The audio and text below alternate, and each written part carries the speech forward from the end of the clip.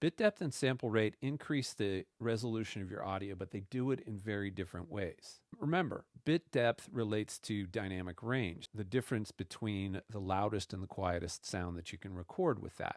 What this does is it gives you more detail on the quieter sounds. It's going to give you better reverb. It's going to give you better localization. You're going to be able to tell where sounds are coming from a little bit better.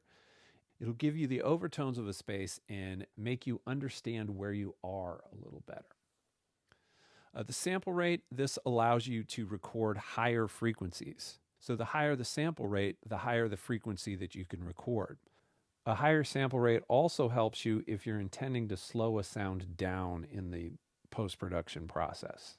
The cost of these two things together, though, is file size. You might think, well, why in modern times is this important? So for one thing, the two of these together are going to affect storage requirements. So that might not be a big thing. Drive space is cheap, but where it does come into play is when you are streaming things. The larger the file size, the more processing power you're going to need to stream the audio, and the better streaming engines you're going to need to actually make that happen. This is particularly true if audio needs to stay in sync with picture elements. Remember that picture files are even bigger than audio files. This also takes up space and processing power. This is especially true in video games where changes need to take place in real time. Unfortunately for us audio engineers, that means we need to balance and we need to compromise a little bit sometimes on our audio parameters to avoid buffering and freezing. Of course, one thing that matters is context. So if I'm working in a big fancy studio, I'm going to have different resources and I can actually record at a higher bit depth and sample rate. And I might want to do that if I'm working with legendary musicians and this is a recording that might be revisited in 20 years when computer processing or streaming services or whatever are better. So I probably wouldn't want to compromise on that recording. And then I can convert those sound files to something that's more manageable on a computer system.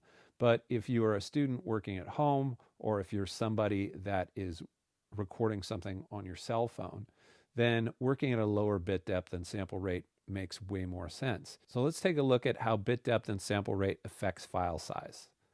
There's this website called omnicalculator.com, and they have an audio file size calculator here. So 1 minute of 16-bit 44.1 audio is about 5 megabytes. And if I take this and I double the sample rate, it of course doubles the file size. If I put the sample rate back, I change the bit depth to 24. It's a very reasonable bit depth. It's the one that I normally use. What it does is it raises the 44 sample rate to about 8 megabytes. If I go up to 24-bit 48K, it doesn't really change it that much. So I think 24-bit 48K is the sweet spot. The best compromise to keep it a high quality audio signal is put it at 24-bit 48K. It's the video streaming standard. It's what video post-production houses use. And that doesn't affect your file sizes that much. For the people taking the Pro Tools 101 test, and then just for people in general, you try to get away with the lowest bit depth and sample rate you can get away with while keeping the quality. I think the best compromise for this is 24-bit, 48,000 hertz, and that allows you to keep the quality and makes it accessible for streaming as well.